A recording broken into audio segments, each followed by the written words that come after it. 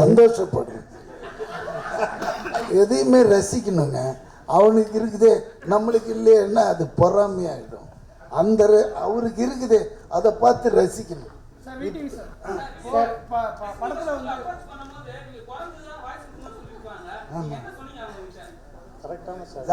எப்பவுமே டப்பிங் பேசும்போது லிப்பு தான் மூமெண்ட் தான் ரொம்ப இம்பார்ட்டன்ட்.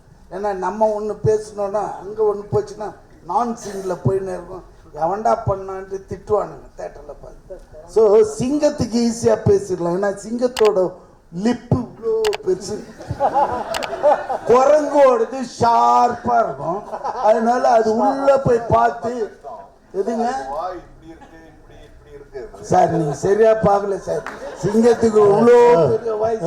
குரங்க விட அந்த டீம் ஒன்று 3 உண்டு தான் இருக்கும். இது 3 உண்டு தான். அது இன்னும் கஷ்டம்.